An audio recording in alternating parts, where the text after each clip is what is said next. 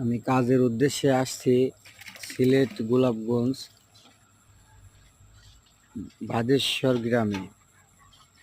এই গ্রামের মধ্যে দিয়ে একটা নদী প্রবাহিত হয়েছে।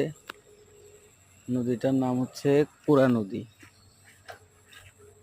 অনেক জায়গায় ঘুরছি গেছি, তবে আমার মনে হয় এই নদীতে অনেক মাছ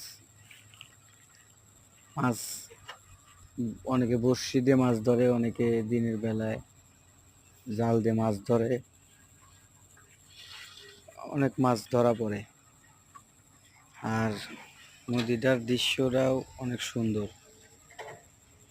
ওই যে মাছ ধরছে রে, মাছ ধরছে রে, ধরছে ছুটে গেল।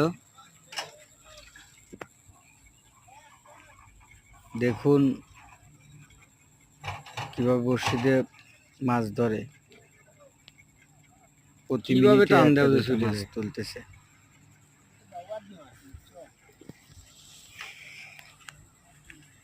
আর অনেক দিন পরে বড়শি দিয়ে মাছ ধরা দেখতে অনেক ভালো লাগতেছে, এজন্য বসে রয়েছি, বড়শি দিয়ে মাছ ধরা দেখতেছি। মাছ কেমন পাইছে হইব।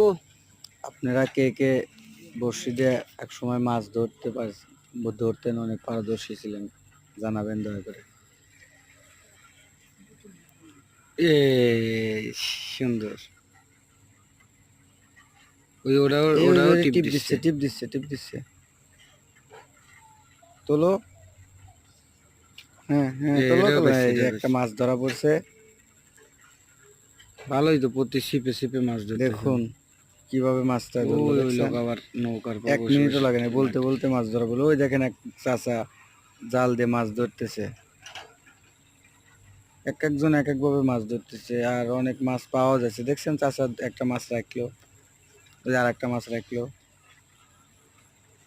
শুধু মাছ ধরতেছে আর রাখতেছে। দেখেন নদীটা কত সুন্দর। আবার এই টিপ দিচ্ছে, একটা ধরছে আবার ছাড়াইছে, আর একটা টিপ দিচ্ছে। এই ছেলেও বিপদে আছে, একটা ছাড়াইছে মাছ আর একটা উঠাচ্ছে, টানতেছে। ওইটা ছাড়াবি না, ওইটা টান দিবে। আর একটা মাছ দেখছেন, ছোট মাছ মনে হচ্ছে এটা নাকি। অবিশ্বাস্য, টানে টানে মাছ। আর 2 বড়শিতেই মাছ ধরছে। এখন কোনটা রেখে কোনটা ছাড়াবি, দুই বড়শিতে একবার উঠছে মনে হয় না। এমন দৃশ্য এখন সচরাচর অনেক নদীতেই দেখা যায়। ওইটাও আবার উঠে গেছে। প্রাকৃতিক অনেক কারণে পরিবেশ দূষণ হচ্ছে, মাছ কমে যাচ্ছে নদীতে। তবে নদীর মাছ